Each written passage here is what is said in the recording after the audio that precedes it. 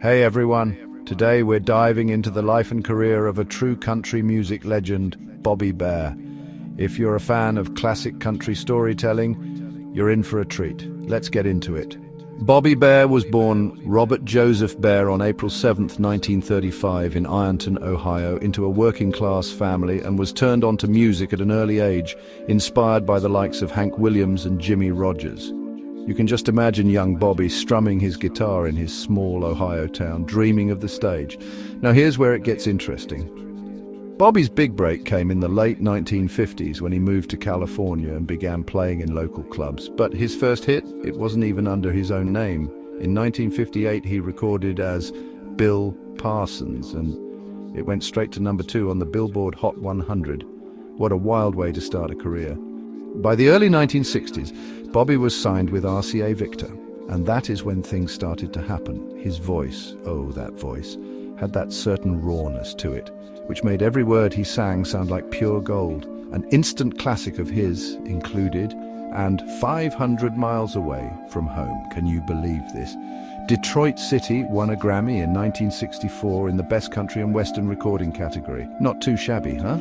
But Bobby wasn't just a singer, he was a storyteller. He had this incredible knack for picking songs and writing them that felt like mini-movies. And his collaborations, legendary. He worked with the brilliant Shel Silverstein, yes, Shel Silverstein of fame, and together they created gems like, and if you haven't heard those, do yourself a favor and go listen.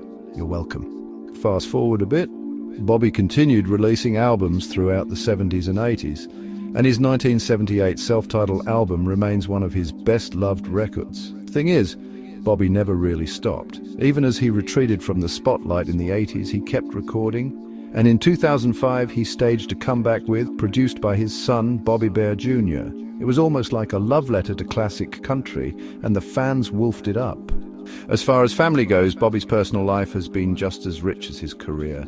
He has been married to his wife, Jeannie, for decades, raised a talented family along the way, including his son Bobby Bare Jr., who is also a musician. Music really runs in their veins, and accolades abound. Bobby was inducted into the Country Music Hall of Fame in 2013. It was high time for the man who has given so much to the genre. His fingerprints are everywhere, from the way he told stories via song to how he married tradition and modernity. What does this mean exactly? Well, Bobby Bare, other than a country singer, is a teller of stories, a pathfinder and a living legend.